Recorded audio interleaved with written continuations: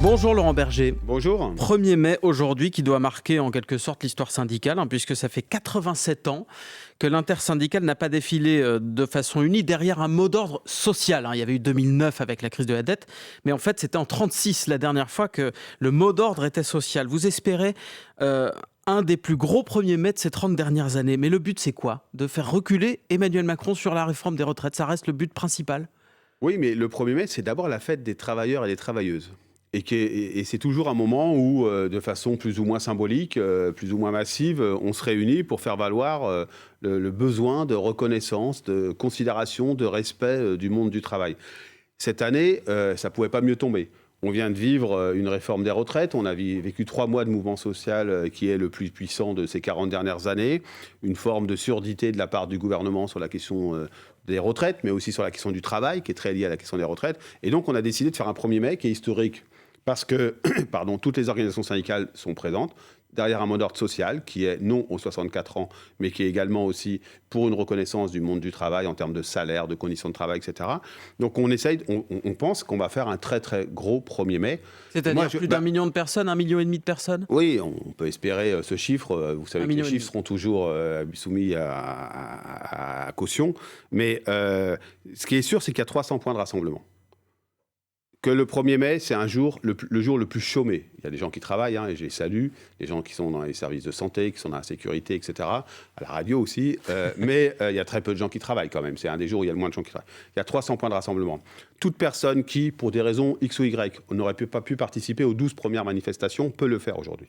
Peut le faire en proximité, même s'il n'est pas à côté de chez lui. Il y aura une initiative, un rassemblement, une manifestation à côté de chez lui. Et donc moi j'appelle à l'heure qu'il est, parce qu'il est encore temps, tous les citoyens et tous les travailleurs et travailleuses à participer à un 1er mai. Je pense que ce sera massif. Et pourtant vous ne croyez pas au retrait de la réforme? Mais je ne crois pas que ce soir, moi j'aime pas mentir aux salariés, je ne crois pas que ce soir le président de la République va prendre la parole pour dire écoutez, vu qu'il y a un très gros 1er mai, on va retirer la réforme. Il l'a promulgué après 12 journées de mobilisation, dont 3 dates ont été les plus grosses journées de mobilisation depuis le début des années 80. C'est terminé, il ne reviendra pas dessus, pour vous? Il y a 2 rendez-vous sur la réforme des retraites qui arrivent. Il y a la décision du Conseil constitutionnel le 3, dans 2 jours, sur le référendum d'initiative partagée pour qu'il y ait une consultation citoyenne. J'espère que le Conseil constitutionnel y réponde positivement. Si c'est le cas, on rentre dans une nouvelle phase. Il faudra que le gouvernement, le président de la République, mette pause sur la question des retraites. Ce serait le plus malin pour aller sur cette consultation citoyenne. C'est une hypothèse. Il y a un deuxième rendez-vous, c'est cette PPL qui est déposée par le groupe Lyot Proposition de loi, oui. Dans sa niche parlementaire le 8 juin. Où il propose d'abroger ce texte de loi. Donc vous voyez bien qu'il y a il y a 2 hypothèses encore pour que ces 64 ans ne s'appliquent pas, ce qui est mon seul objectif, ne s'applique pas pour les travailleurs et travailleuses concernés. Mais croire que le gouvernement le reculerait aujourd'hui, ou le président de la République reculerait après l'avoir promulgué, oui, c'est sauf à faire passer pour un naïf, je n'y crois pas aujourd'hui. Laurent Berger, 1er mai historique. 12 000 policiers et gendarmes mobilisés, dont 5 000 à Paris, en raison notamment d'individus jugés à risque dans les cortèges, estimés entre 1 000 et 2 000 personnes. Les policiers se préparent à affronter, disent-ils, une journée très dure, avec des manifestants à l'esprit vengeur. Est-ce que vous craignez que la fête soit gâchée aujourd'hui ? Non, mais il faut distinguer 2 choses dans les manifestations. D'abord, il faut distinguer les manifestations qui sont à risque dans quelques villes, malheureusement, je vais y revenir, et celles qui veulent se dérouler le plus pacifiquement du monde. J'ai parlé de 300 points de rassemblement. Dans l'immense majorité des points de rassemblement et de manifestation, il va y avoir des manifestations le plus populaire et le plus convivial et le plus familial et calme possible. Et c'est le cas quand même depuis le début. Et puis, il y a malheureusement quelques dingues qui viennent pour casser. Il faut les distinguer des manifestants. Ce n'est pas les manifestants qui seraient vengeurs. Pour vous, ce n'est pas des manifestants radicaux? C'est des gens radicalisés. Mais vous savez, pour l'avoir vu depuis 12 manifestations déjà, qui en veulent parfois autant aux syndicalistes et à leurs services d'ordre qu'aux journalistes, qu'aux policiers. Des gens qui sont dans des logiques nihilistes de casser, qui ont la possibilité de gâcher la fête.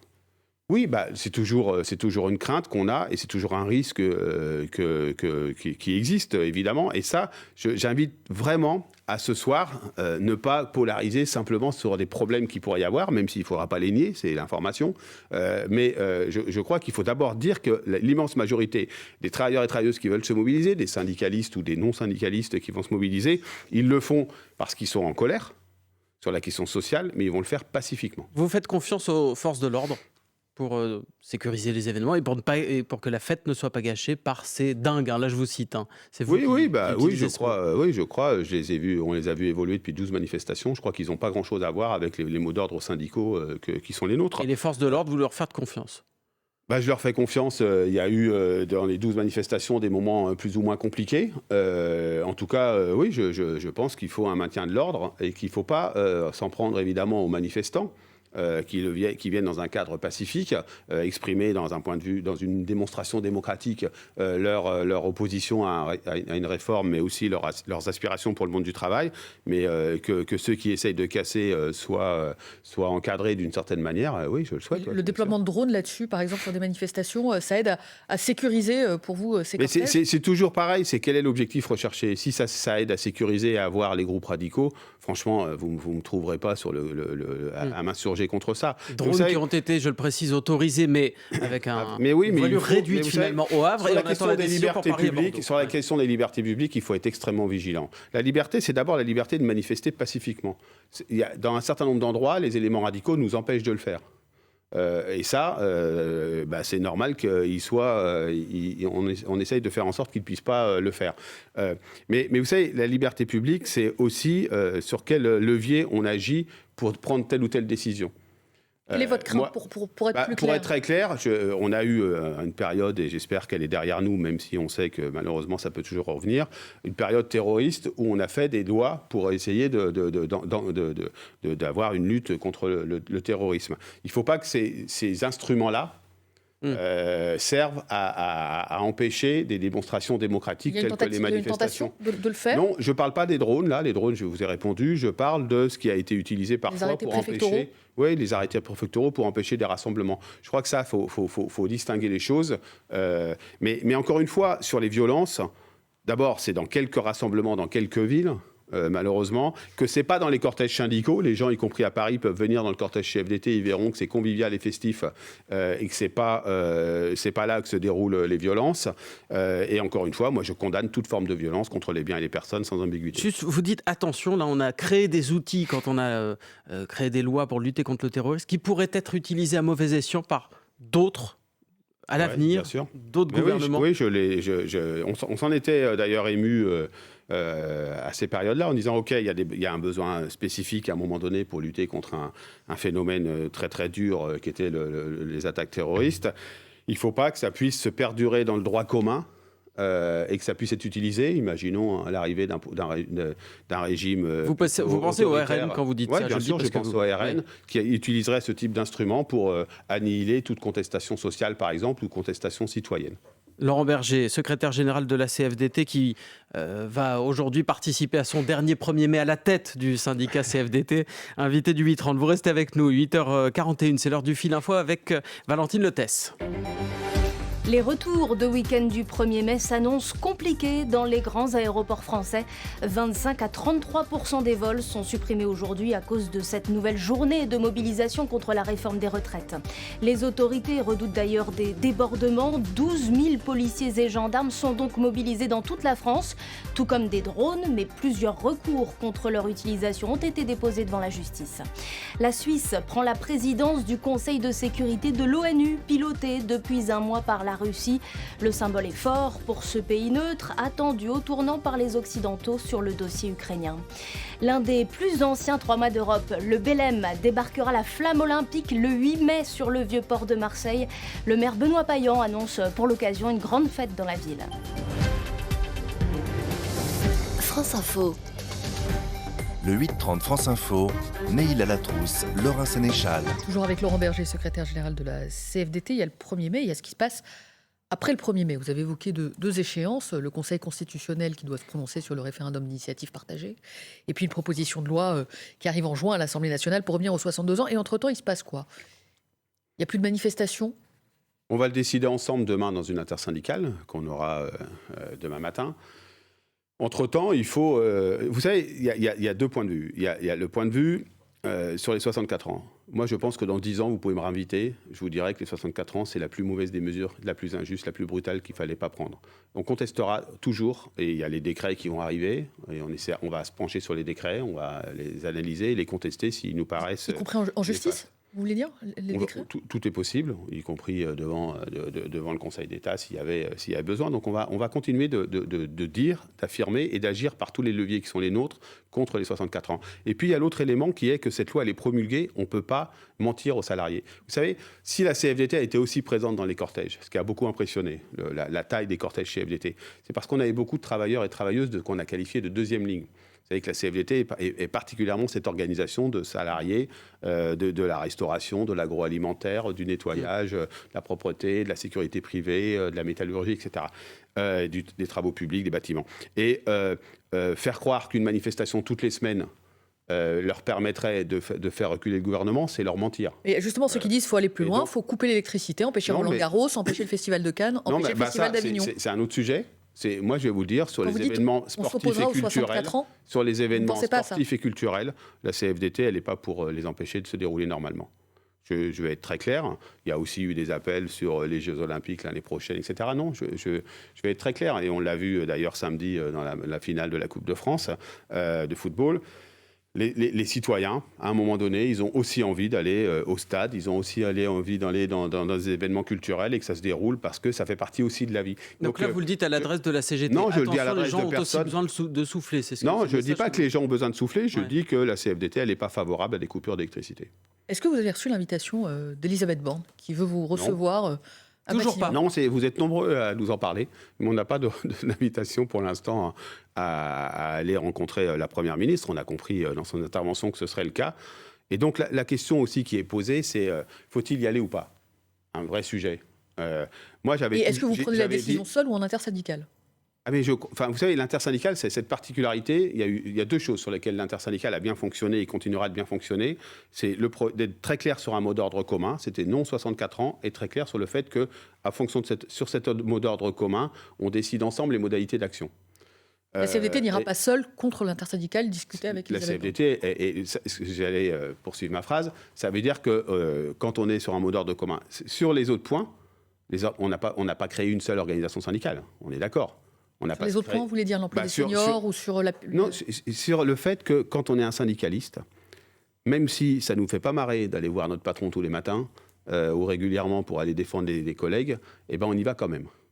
Et que moi, sur la question de l'organisation du travail, sur la question des salaires, il faudra qu'on mette le patronat devant ses responsabilités, mais qu'on mette aussi le gouvernement devant ses responsabilités. Donc vous irez seul s'il le faut. Il n'y a pas de décision collective, on ne va pas toutes les décisions de chacune des organisations syndicales, et on le voit d'ailleurs sur un certain nombre d'entre elles qui ont décidé, entre la dernière mobilisation et le 1er mai, d'avoir un certain nombre d'initiatives. On ne va pas tout décider ensemble. La CGT dit on va en discuter demain à l'intersyndicale. On va en discuter à l'intersyndicale, et moi je vous dis que la CFDT, dans les semaines à venir, elle ira dire au gouvernement 2 choses. 1, vous n'allez pas pouvoir mener des concertations dans le même esprit que vous les menez depuis maintenant trop longtemps, c'est-à-dire en gros, on vous présente ce qu'on va faire et à la fin, on amende de 2-3 points et on fait quand même ce qu'on avait décidé de faire sans vous écouter, sans écouter vos propositions, exactement ce qui s'est passé sur la retraite. 2, est-ce que vous êtes prêts à mettre sur la table la négociation obligatoire dans les entreprises de l'organisation du travail, les augmentations de salaire dans les branches professionnelles conditionnées au versement ou non des aides publiques aux entreprises? Est-ce que vous êtes prêt à mettre sur la table la question de revenir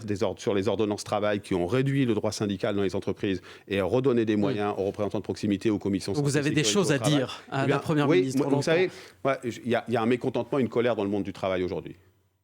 Ce mécontentement et cette colère, il faut s'en servir pour dire au gouvernement, écoutez, tout va coûter, excusez-moi le terme un peu, mais tout va coûter plus cher.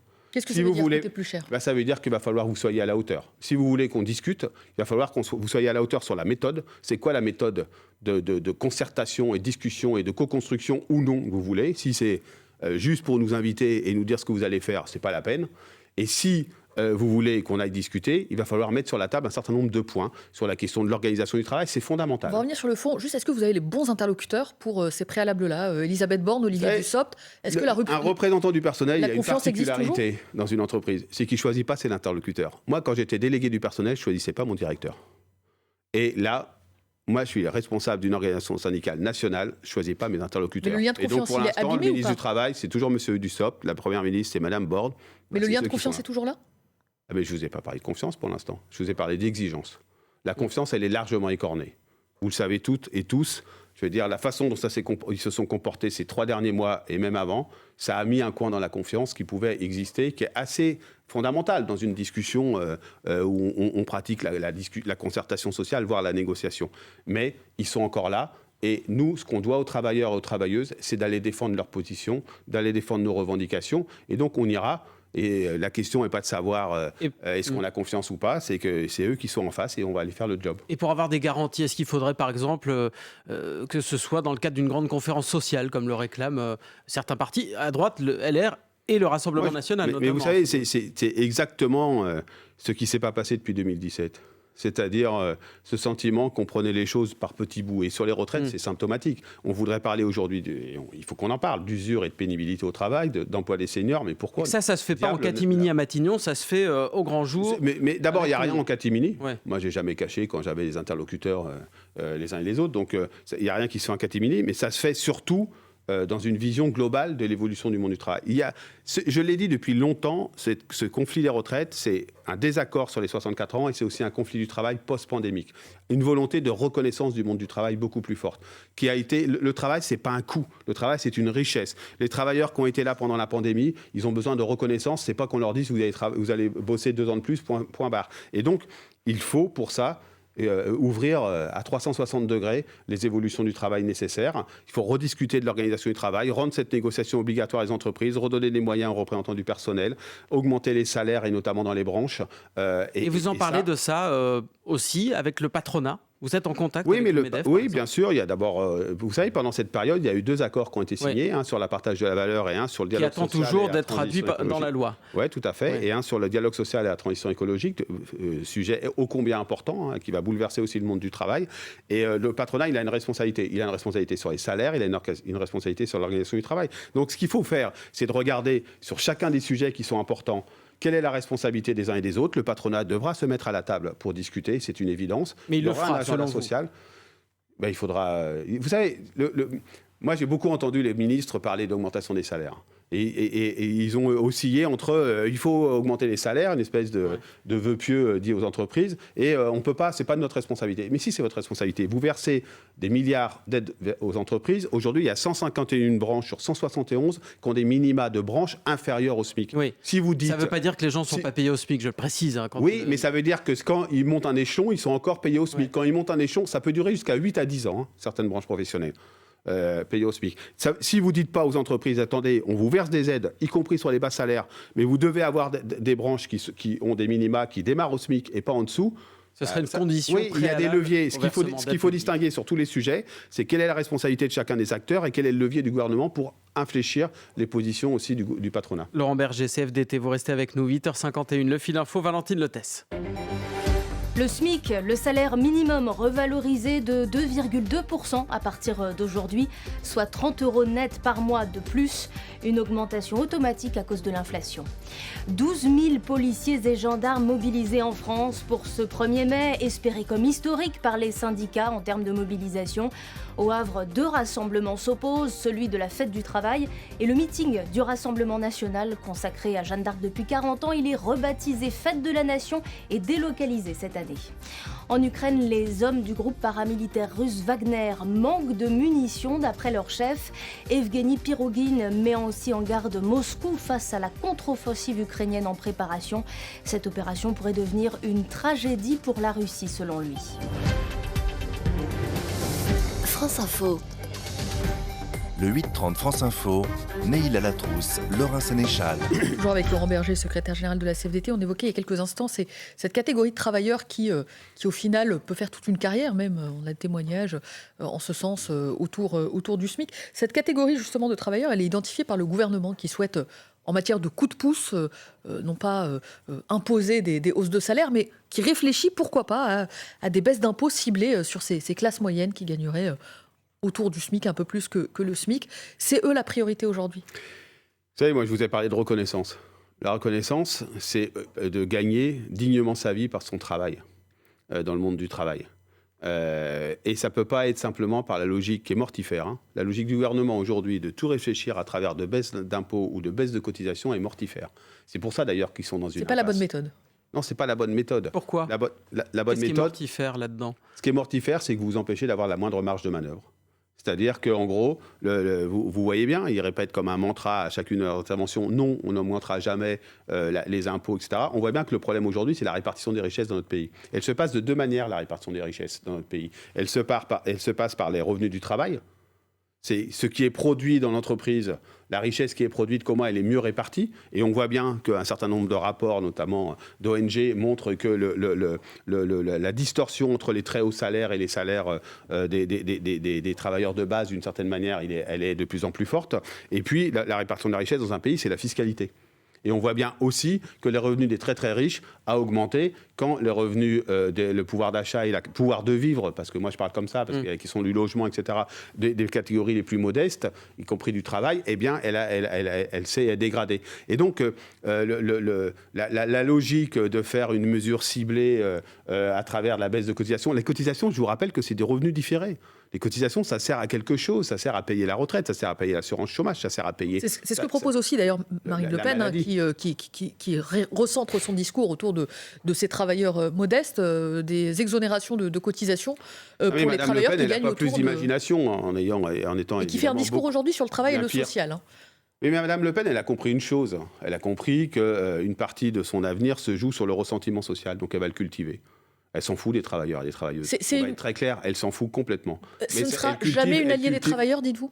Non, ça ne sera jamais l'ami des travailleurs. On avait d'ailleurs signé, j'en suis très fier, une tribune avec Philippe Martinez entre les deux tours de la présidentielle. Ce ne sera jamais l'ami des travailleurs, jamais l'ami de la démocratie, jamais l'ami d'une société beaucoup plus ouverte. C'est mortifère. Le Rassemblement national est mortifère. Et c'est cet avertissement-là, ce n'est pas au Rassemblement national qui ne nous écoutera pas que je veux le lancer. C'est à tous les autres partis politiques, y compris à ce gouvernement. Le ressentiment social, le mépris affiché pendant cette période qui s'est transformé en colère, il a un débouché électoral qui est mortifère, qui peut être le Rassemblement national. Si on veut lutter contre ça, il faut revaloriser le travail, revaloriser les travailleurs et les travailleuses en termes de répartition des richesses, de salaires, de conditions de travail. Et il faut dans notre pays une réforme fiscale qui permet de répartir les richesses créées, les revenus des uns et des autres au bon niveau. Pourquoi les revenus du capital ne sont pas taxés au même niveau que les revenus du travail ? Ce que dit par exemple François Hollande, qui souligne qu'il y a une flat tax qui ne l'a pas fait mise en place par Emmanuel Macron. Je rappelle que... plafonne à 30%. Je rappelle, oui, bien sûr, mais la taxation sur le capital, alors que les impôts sur le revenu, par exemple, ça peut être taxé jusqu'à 45% pour ceux qui ont la chance de gagner en 2012 et je me rappelle en 2014, Jean-Marc Ayrault, le Premier ministre, qui poussait pour une réforme fiscale que je trouvais plutôt intéressante à ce moment-là.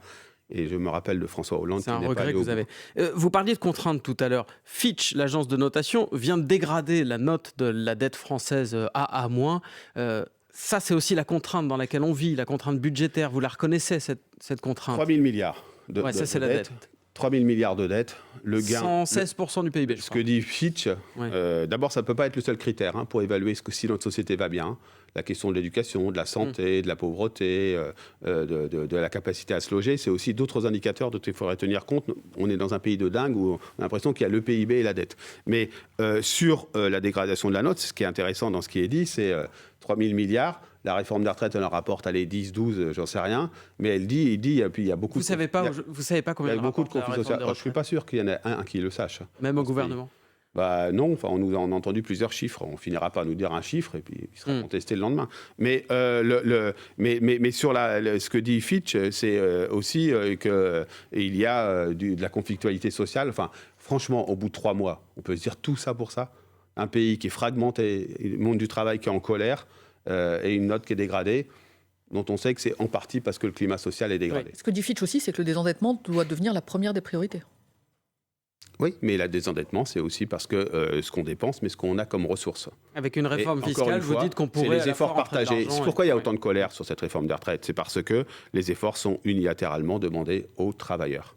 D'ailleurs, et aux travailleurs les plus modestes, ceux qu'on prétend maintenant pouvoir aider à travers des exonérations de cotisations ou des exonérations fiscales. C'est le chat qui se mord la queue, c'est une logique libérale qui monte son impasse. Il faut réfléchir autrement aujourd'hui. d'un mot, la CFDT n'est pas d'accord avec la réforme du RSA, le revenu de solidarité active, qui doit être un gisement d'économie aussi pour l'exécutif, de conditionner son versement à une reprise d'activité ou de formation. C'est de l'accompagnement dont on a besoin. Vous savez, c'est mon métier d'origine, que j'ai beaucoup aimé, d'accompagner les personnes qui étaient à l'époque au RMI. On a besoin d'accompagnement social, on a besoin d'accompagnement des parcours de vie, on a besoin de revoir le pouvoir de vivre différemment. Et l'espèce de... Moi, j'ai trouvé ça très malsain en sortant de cette période, ou au moment de cette période, d'expliquer que oui, mais maintenant, il faut remettre les gens au boulot qui ne devraient pas bosser. Ce n'est pas le cas. Les gens qui sont bénéficiaires du RSA, ils ont besoin d'un accompagnement pour repartir à l'emploi lorsque c'est possible. Et ce n'est pas surtout en essayant d'exercer une forme de contrainte avec une logique un peu populiste en disant « Regardez, il y a des gens qui ne travaillent pas, qu'on y arrivera ». C'est mortifère et ce n'est pas une vision que je partage. Vous serez dans l'accompagnement, dans l'associatif à partir du 22 juin. Vous ne serez plus patron de la CFDT. Le 22 juin, je vais prendre un peu de vacances. Et après, je ne sais pas encore. Ce que je sais, c'est que je resterai un militant. Et vous ne serez pas dans la politique.